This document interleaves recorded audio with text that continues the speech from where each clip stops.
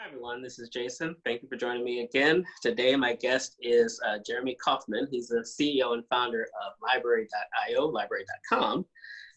As you know, we've had an issue with YouTube and strikes and deplatforming. Lbry is where you want to go to protect your content because you can automatically sync your YouTube channel to your Lbry channel. Jeremy, thank you for joining me today. Thank you for having me here today, Jason. And everything you said is exactly correct. This recent incident, I think it was true before this recent incident that happened with YouTube, but it certainly should have solidified it in everyone's minds that we need to use technology that leaves us in control, and not a third party and not a company that we can't trust. Right, exactly. And it's I don't know if it's just we're so used to using these centralized platforms, but the more time you spend in this space of crypto and blockchain technology, the more you're like, why am I bothering with this stuff anymore? There's far better options. And so I wanted to ask you that first is when you first came up with the idea of Lbry, did you do that because you saw the need, or you saw that one day these guys were going to try to take us off this platform? It was definitely more the former. Honestly, the original, and I'll be straight with your audience because I'm sure everyone, we weren't aware of, we didn't even conceive of Lbry as a YouTube competitor originally, other than in the very abstract way that if you're distributing videos, you're competing with everyone who distributes videos, right? But no, Lbry definitely had free speech at its foundation. It had this concept of freedom, of personal choice, of being real about how technology and the ability to distribute bits actually works. Because I think we lose a lot from some somewhat foolish demands in terms of how we do things, pretending that digital goods aren't like physical ones, and a whole bunch of stuff we can get into if it's relevant. But anyway, yeah, it was about that. It's like, let's create ways of distributing stuff that really leave both the end users and the creators in control. Let's get out of the way. That was there at the beginning. Let's tie our own hands. Let's not have the ability to interfere in the way that these centralized platforms can. And then when we saw them doing it, we're like, well, we gotta speak up against that, and it really resonated with people. And so we leaned into it. I mean, we created the YouTube Sync program, which you've been talking about quite a bit, and it's a real easy way to publish your content onto Lbry, and that's at lbry.com/YouTube. But yeah, that's I can get more into the origins, but no, it wasn't there at the beginning. Free speech, personal choice was, but not YouTube specific. So when okay, so let's back up a bit, because I wanted to ask you, when did you first get into crypto? Like, what was your first experience with cryptocurrency? So my first experience with cryptocurrency was I had, well, actually, I read about it before that. So that wasn't using it. Reading about something isn't using it. So, I read about it. Man, I mean, I guess it would be like seven-ish years ago. And I found it interesting. I've always been a believer in personal choice, outside of just content, in any number of ways. I think that's a very important thing, to respect personal autonomy, that kind of thing. And so it's something that I was interested in. I had a friend of mine from college who was also a computer science guy, and he had already bought some, and so he's like, you gotta try it out. And so he sent me some. That was my first Bitcoin transaction, and I started digging in. And then I couldn't stop thinking about it because it was it's brilliant and elegant, and when you see these kinds of technical solutions that solve this like problem that seems really hard, and then they do it in this way that's like, when I see something like that, I can't stop thinking about it. And so I couldn't stop thinking about it. I couldn't stop thinking about other ways that this technology could be applied. Because to me, if someone asks me, if I start explaining to someone what is a blockchain, when we explain words, we map them onto other nouns, right? Other things. A blockchain is a database, right? It's not money first, right? It is the ability to spend it and transact them. That's a vital part of what it is, which makes it money-like in some ways. But it's a database. That's what a blockchain is. So as an entrepreneur, I'm thinking about, well, what else can we do with the database? We can use a database in ways beyond just keeping track of how much funds are in this account or another. Bitcoin is sort of in some ways like, well, it's again, brilliant, not knocking it in any way, but it's like it's the simplest application you would build with this technology. It's the first one you'd build, and it's the simplest one. Let's just keep track of the balance. Yeah. Well, I mean, and people seem to get lost in the the ins and outs, when really just telling them it's a database, is distributed ledger, right? Yeah, And yeah. that's quite simply. And so that was how, Library is this idea of, well, let's build a distributed ledger of information. I mean, it was this high-minded kind of thing. It wasn't just like, let's be the world's best source of reaction videos, but with uncensored reaction videos. No, Right. I mean, even the name library, right? Let's take blockchain and build the world's card catalog of what we can watch and see and listen to. And I found the idea just beautiful to have a catalog. Anyone can put something in it and say, this exists, I made this, come watch it, come look at it. But no person owns the catalog. Right. And even in this way, I said Bitcoin is like money. Like, we have this problem.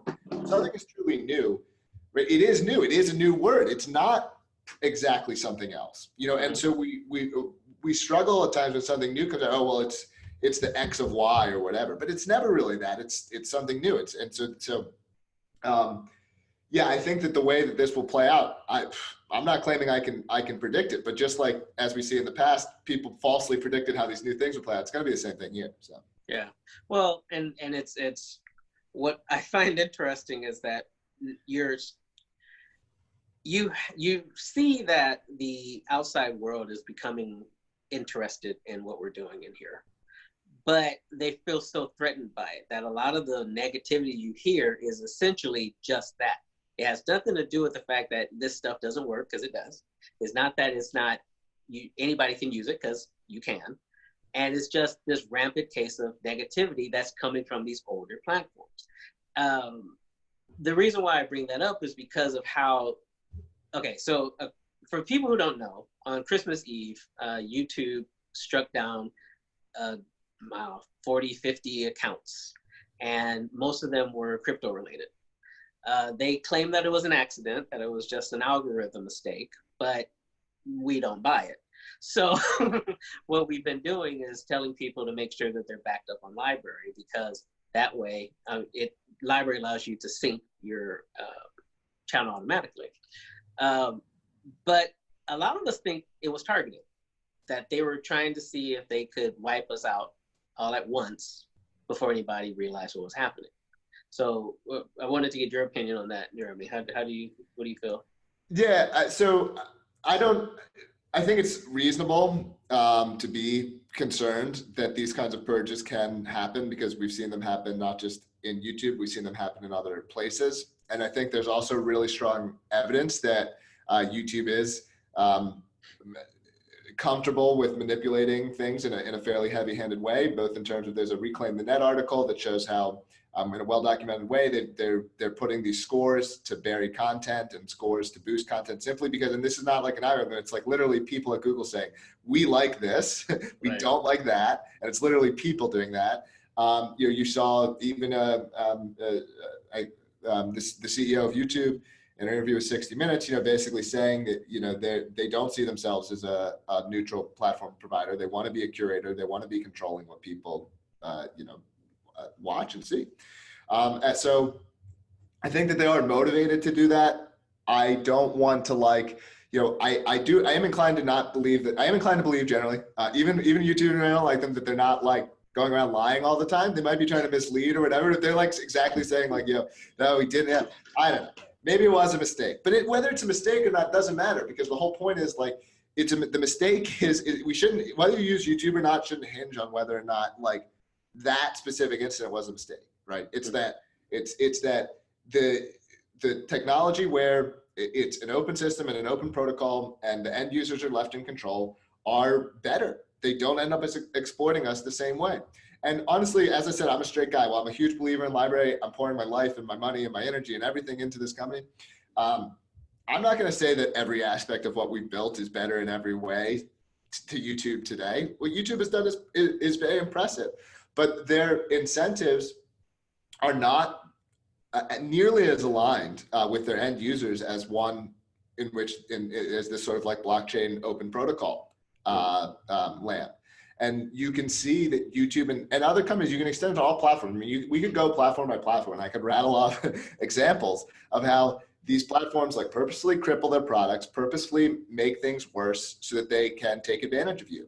And in technologies where the protocols are open, the web itself, the internet, email, we don't see nearly as much of this behavior.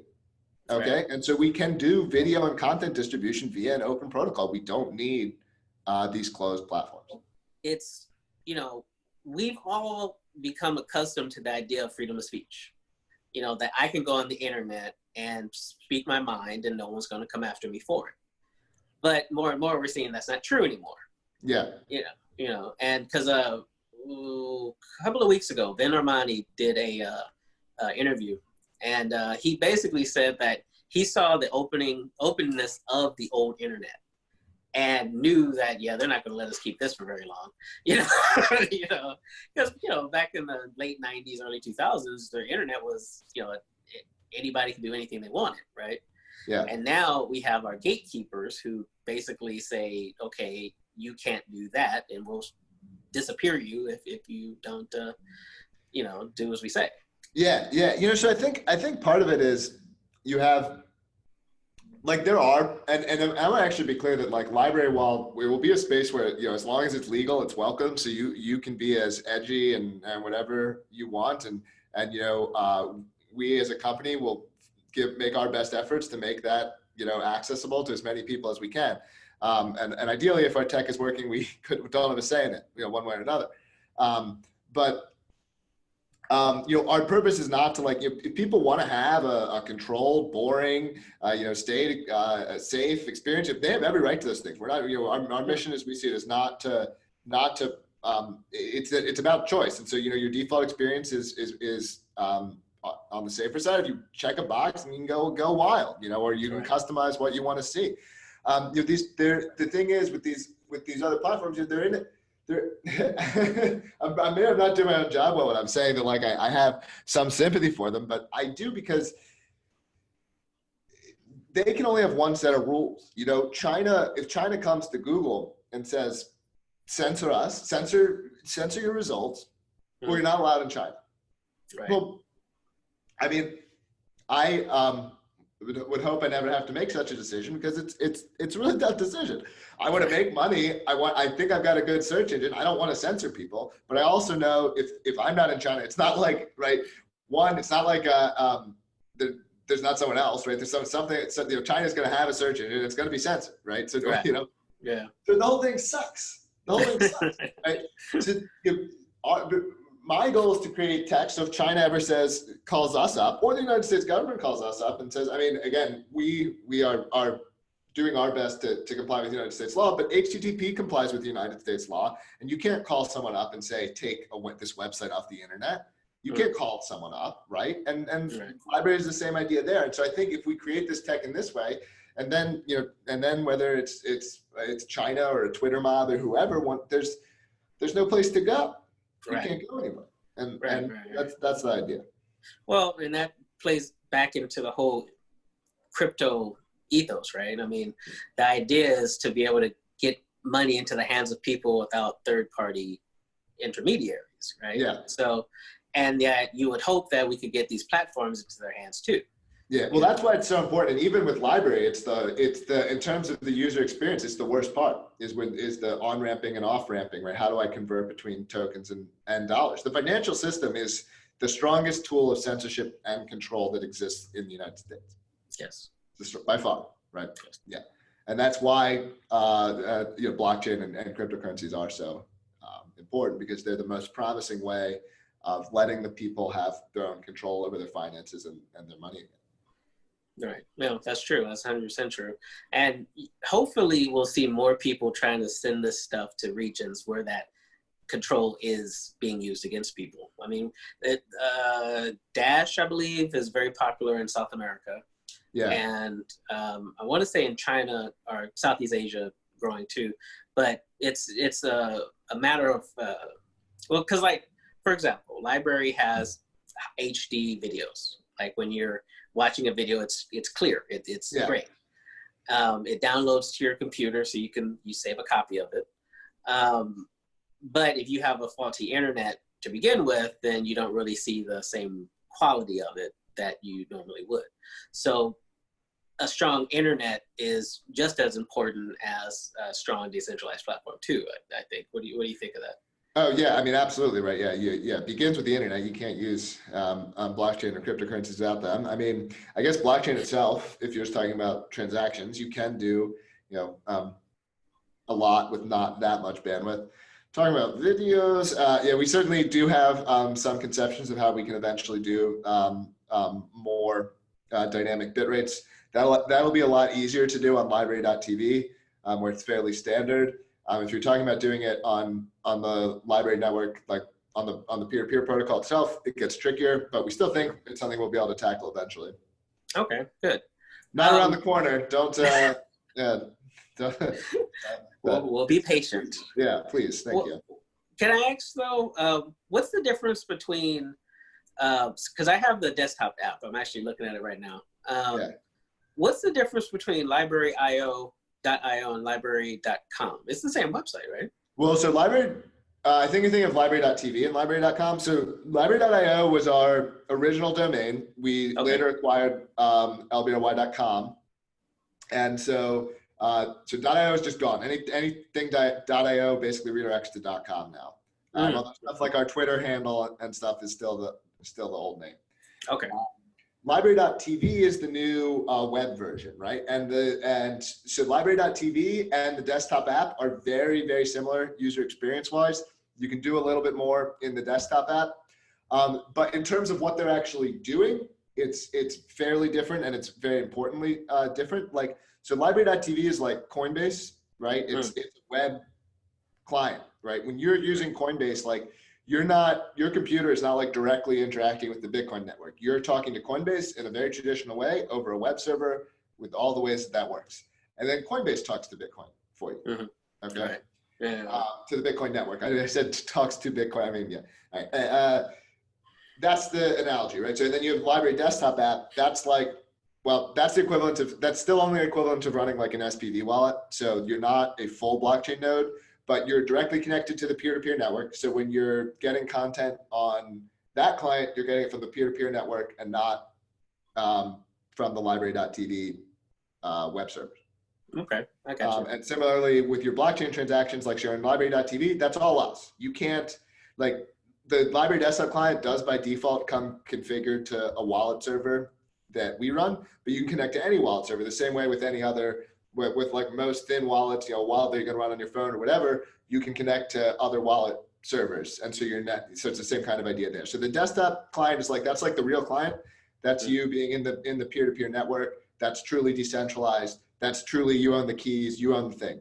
Lbry.tv, that's a website, we own them, right? Okay. If someone says, remove something from Lbry.tv, it's not on Lbry.tv, because that's a website, we have to follow all the rules. If someone says remove something from the Lbry network, we say, we'll mark it illegal, we'll do these things, but asking us to remove it from the Lbry network is like asking someone to remove, HTTP. Right. Yeah, you can't do it. So. Yeah, you can do it. Okay. Yeah. All right, cool. Well, I appreciate you explaining that to us. Yeah. So let's see. One last question, and it's primarily about what you see us going towards in the future. Do you think that we're going to see more decentralized streaming platforms emerging to compete with the YouTubes and the Twitches and the Mixers of the world? Yeah, I mean, I think we're going to see this push towards what I'll call protocolization, if I can turn that into a word, for a number of things. The more restrictive it is, the more difficult it is to do internationally, the more complexity there is in existing systems, the more you're going to see these alternative ones springing up faster. Right. And then I think it's a question of, like, these companies could suck less, right? They could. And something that happened throughout history, I think Microsoft is a great example of this, is companies pretty much suck as much as they're allowed to. Right. And so they're pretty efficient at it, right? That if they can suck more and make more money, they'll do it. If they face efficient competition, they'll suck less, and they'll apologize, and they'll tell you how what they did was wrong, and now our pizza sauce doesn't suck anymore. Like, here's a commercial about You know, and so there is, as these protocols get better, the incumbents will suck less. Like they're not going to be stagnant, and so we need to be relentless in our quest for improvement. But I think that there is a lot in favor of the decentralized protocols actually winning. I think, and I think in some domains they definitely will. Yeah. Nice. With digital content being a very promising one, of course. All right. Okay. Nice. All right. So, Jeremy, thank you for joining me today. I really appreciate your time. Everyone, I'm going to link the Lbry website in the description below so you can go and download it for yourself. Be sure to sync your YouTube channel to Lbry so that it carries over automatically. I do it and it's great. Shows up within a day of when I post it on YouTube. The link for that is lbry.com/YouTube. So you can one click to sync everything right there. Exactly. So we're going to put all that below. We're going to put Jeremy's contact info if you want to follow him on Twitter. Once again, Jeremy, thank you so much. I appreciate it. Thank you, Jason.